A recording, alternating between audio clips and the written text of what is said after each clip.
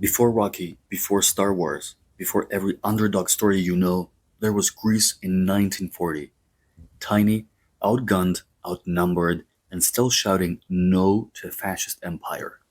The Italians might have thought invading Greece would be a quick vacation. Instead, it became their worst nightmare. Welcome to Not Another Greek History Podcast, the podcast that aims to be exactly what it says. I'm your host, Onofrios Dovlepis. So when World War II began, Greece wasn't exactly planning to get involved. But as history loves to prove, Greece doesn't get to sit wars out. So now it's October 28th, 1940. The Italians under Mussolini demand that Greece let them occupy key locations in the country. So that's why we're doing this short episode, but there will be more at some point about Greece in both world wars. So what was the answer to Italy? A proud and simple όχι. No. Όχι. The world's most epic mic drop. Within hours, Italy invades from Albania, and that's when the Greeks do the unthinkable. They push them back. In freezing mountains, with little equipment, Greece humiliates the Italians. It's one of the first Allied victories in the entire war. Winston Churchill even said, "Hence we will not say that Greeks fight like heroes, but that heroes fight like Greeks." One of Greece's best-known songs from that time is called Koroido Mussolini, which means Mussolini, you fool. The chorus says, "Mussolini, you fool, there will be none of you left standing. You and Italy, your ridiculous country, are all afraid of the khaki color of the army." That's what it means. Κοροϊδό Μουσολίνι, κανείς δεν θα μείνει. Εσύ και η Ιταλία, η πατρίδα σου η γελία, τρεμετώνει το χαγί. Hitler wasn't thrilled. The German army invades in April 1941 to rescue their Italian friends. Greece fights hard again, especially in Crete, where locals armed with kitchen knives and old rifles take on German paratroopers. But in the end, the Axis forces win. The Germans will not use paratroopers ever again. Historians say Hitler's invasion of Greece delayed his attack on Russia. Those weeks meant winter came early on the Eastern Front, and that lost him the war. Imagine that. Little Greece accidentally derailed the biggest war plan in history. Greece is divided.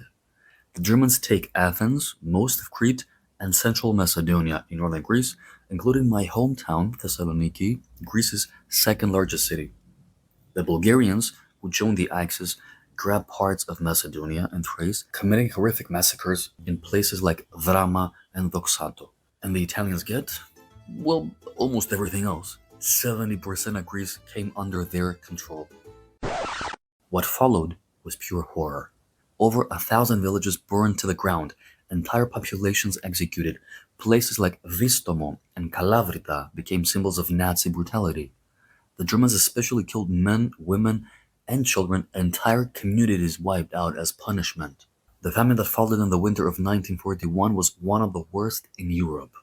Hundreds of thousands died as food was stolen by the occupiers, yet even then, the resistance movement grew. Across mountains and cities, Greeks organized secret armies, sabotaged trains, and fought back in every way possible. Greece stayed loyal to the Allies from day one.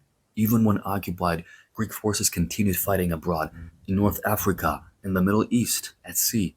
The Greek Navy, what was left of it, fought alongside the British until the end. When the Axis collapsed, Greece was left in ruins. Cities destroyed, infrastructure gone, and the economy shuttered. But Greece had stood firm. Outnumbered, undersupplied, and abandoned by many, it still chose the right side of history and paid one of the heaviest prices in Europe for it. It might be worth mentioning that Greece got reparations from Italy, but not from Germany, although the Germans admit their atrocities openly, unlike the Bulgarians and the Italians. In modern Italy, their campaign in Greece is seen mostly as Mussolini's failed adventure, not as a glorious chapter, and Italians do admit it was a disaster, although, and I've seen them do it here, and that's why I'm telling you this, and they should also hear it. It's good, I think, for nations to hear what sometimes they do abroad. So I've seen Italians say things like this in Greece. They try to downplay the occupation and they call it a peaceful occupation. What on earth does that even mean? It's an occupation. The suffering it caused Greece rarely gets the attention it deserves outside of Greek history books, though. And that's why I think this is a good opportunity. So, yes, Greece may have been small in size, but in World War II, it was massive in courage. If you enjoyed today's episode, don't forget to subscribe, rate, and share. Until next time, this is Onoufilos Dovletis signing off from Not Another Greek History Podcast.